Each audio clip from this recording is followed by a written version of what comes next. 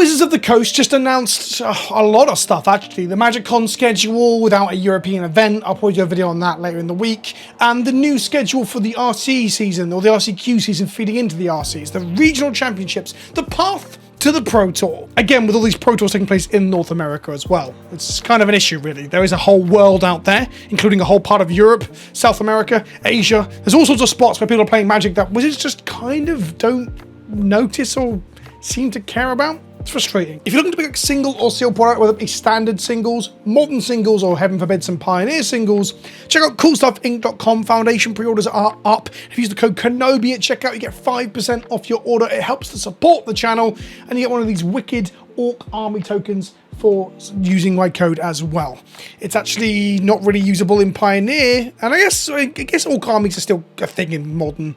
You can play Bowmaster if you're playing a Psychic Frog deck. Absolutely can. So the RCQ season for 2025 to 2026 has been shown. Round 1 will be Modern and Limited, and then the second and third ones will be Standard Constructed and Limited, and Standard Constructed and Limited. This has led to a lot of people across Reddit and Twitter and just social media in general declaring that Pioneer is dead. And that's really sad. I put a Pioneer video out yesterday. I've been playing it on Arena this week. Technically, I've been playing Explorer, I guess. But I don't want Pioneer to die. Is Pioneer dead? Well, no. Coming from somebody who's played a load of Modern and Legacy when Wizards of the Coast were not doing big events for those things on digital platforms and in paper, you don't need a massive event to make you play.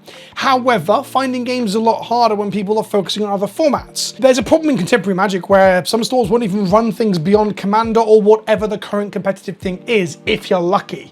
So if things are going to be feeding into Modern and Standard RCs, you're not going to see any Pioneer events at some local stores. That's just a matter of fact. And this is a really weird development. Pioneer feels really good right now. A video that I was thinking of making this week that's transformed into this was that Pioneer is kind of the new Modern. And what I mean by that is that Pioneer is the greatest hits of cards from RTR block onwards. And this makes it feel a bit more like classic Modern prior to the Modern Horizon injection. You used to have it that there was every set from a certain period, which was 8th edition, up until recent, and that was everything that had gone through Standard, and you just played the greatest hits and the archetypes that survived into Modern. And then more recently, with the advent of Modern Horizons and direct-to-Modern printings like Lord of the Rings and Assassin's Creed, and soon to be Marvel and Final Fantasy, well, Modern got hit with power creep stuff that was so good it was better than anything else, by a significant margin, which leads to Modern looking more like a block-constructed environment made up of 3 or arguably 4 sets. If you combine Lord of the Rings and Assassin's Creed's playables into one, you've basically got a block constructed situation where you're just playing Modern Horizons cards with the occasional Modern card dotted in. And the reason I'm so down on this Modern Horizons block constructed for what Modern is because I don't want to play with just a finite pool of power crept stuff that's designed to artificially rotate a supposedly non-rotating format. And Pioneer avoids that. First of all, it's not infected with the Modern Horizons disease, if you will, but beyond that, there is a huge and varied metagame of a large swath of the stuff that's come across the last 51 sets that are currently involved in the format.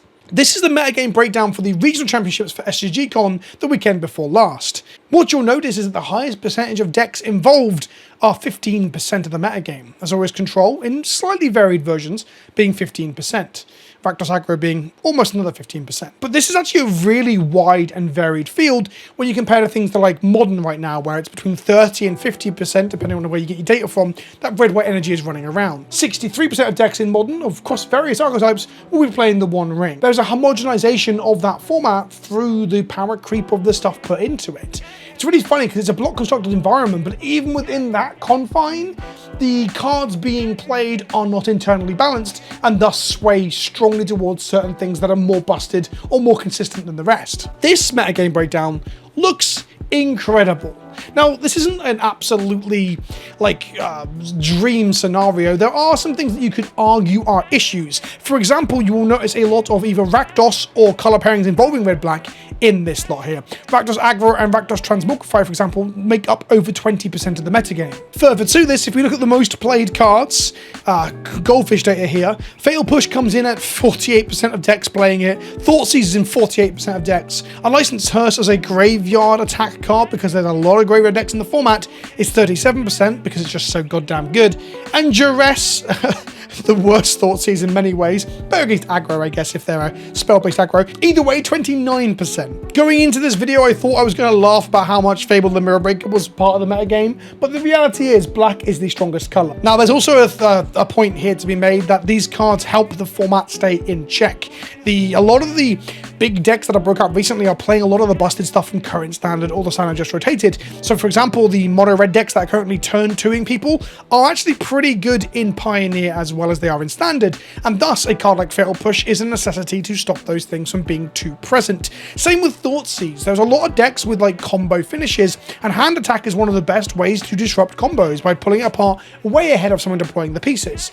So these cards could arguably be an important part of this metagame, and in many ways things like Thoughtseize seeing less play in Modern over the years means that this might just be the Thoughtseize format, in the same way that Sol Ring is the Commander format, or that Legacy is just whatever broken blue shit you can play alongside Daze and Brainstorm, in this case Psychic Frog. I am not using this video to say that we need to ban Thoughtseize or Fatal Push. I'm just acknowledging that Pioneer is not perfect, but the spread of decks across all of these different archetypes is astoundingly good to see. But this data doesn't really give away the full story. When you look at the breakdowns of win percentages for the region championships that Star City Games played, Azorius Control might have been the most represented deck, but it drew a lot. It wasn't the most winningest, if you will. Meanwhile, the top 8 looked like this. We had Izzet Phoenix, Rakdos Aggro, Izzet Phoenix second copy, Rakdos Transmogrifies, that's 2 Rakdos decks in the top 8 there, Rakdos Cauldron bringing it to a third, then we had the Azorius Lotus Field, which is a version of the control deck, Celestia Company, a deck with no combo finish that I did a video on yesterday with Collected Company in the deck, and I love it,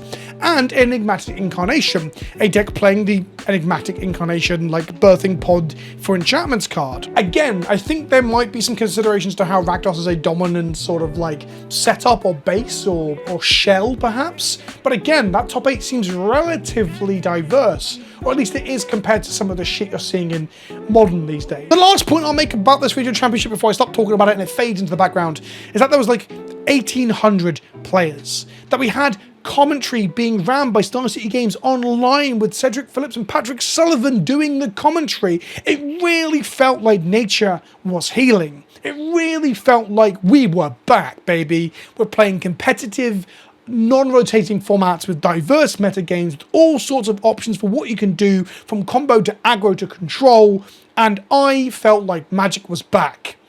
So I started playing Pioneer this week, and Explorer because I prefer playing on Arena to Modo for the play-by-play gameplay. And then we got this announcement that Pioneer is now out for the count for a whole year. It doesn't mean it's dead, it's hibernation in essence, right? It's put on the back burner, which is weird because if anything, it should be a format that you are absolutely championing. One of the problems, I guess, is that they really want to focus on standard. Standard and Pioneer share a lot of the same cards, so having them both being championed at the same time can be difficult because you're championing a lot of the same stuff. Fable the Mirror Breaker just rotated, and it's an omnipresent card in the Pioneer format, and that's you're kind of getting that stuff you've only just seen go away kind of vibe. And they have to champion Modern. As much as I think Modern kind of sucks complete shit right now, there are people that are invested in it and play it, and I will probably return to the format at some point. I always do. I always go back and try and play those decks that just aren't good, right? So I get that we should have some support for that format. It just saddens me to see that happen over Pioneer. And on that note, there's a weird thing about products here, because in theory, Pioneer Masters should be landing at some point on Arena this year. It was announced last year that it would be coming at the end of this year to make Explorer tournament complete, to make Explorer, which is Pioneer with some cards missing, the Pioneer that we expect.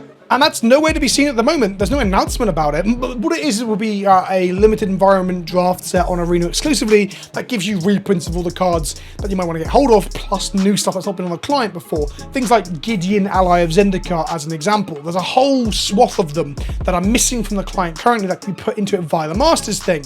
I wonder if this has been put back. This has been put on the back burner as a project of not high importance, and thus they don't feel the need to promote Pioneer whilst they're not making Arena Pioneer ready. Ultimately, that always really confuses me, that they don't have the resources to do multiple things or have multiple things like this get finished, because the Arena team is actually significantly smaller than you'd expect. Arena makes Wizards a lot of money as far as I understand it, but they don't really reinvest back into it for the person and people power that it deserves to make it, you know, stand tall. It's kind of just working now. Why stretch your budget to make it better, am I right? Mine currently breaks breaks a lot. My UI is completely fucked half the time at the top of the screen, and sometimes I just can't sideboard.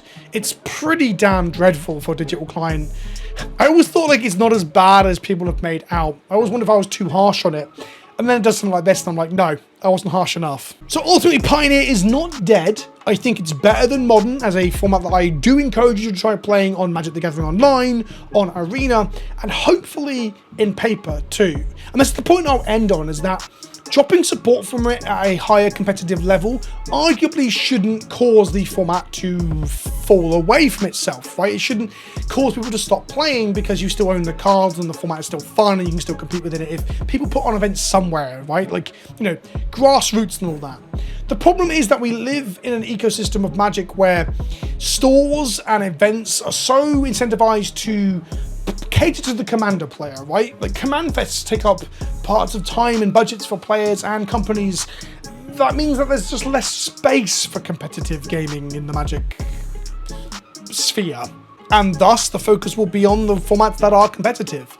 Maybe it's okay for Pioneer to be really put on the back burner because Standard's about to be pretty dope. It's pretty fun as it is. I'm actually quite enjoying Standard. So I'm not completely adverse to the idea of them reinvigorating Standard as a thing, with Foundations coming in as this 5-year base set thing and focuses with the showcases and then this stuff too. But it is kind of sad to see such a showcase of non-rotating Magic and then for Wizards to drop the support for it for the next year. That is sad. That does make me sad. Let me know what you think in the comment section below. I know there's a lot of hate for Pioneer. I think Pioneer still got the bad rap from when it was just like 35% Inverter of Truth combo or whatever.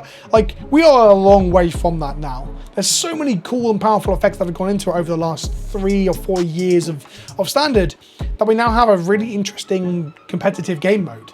I do think you should try it. Tell me what you think in the comment section below. If you're picking up singles or sealed product, don't forget to use coolstuffinc.com, code Kenobi at checkout. And I'll see you in the next one. Ta-ta for now.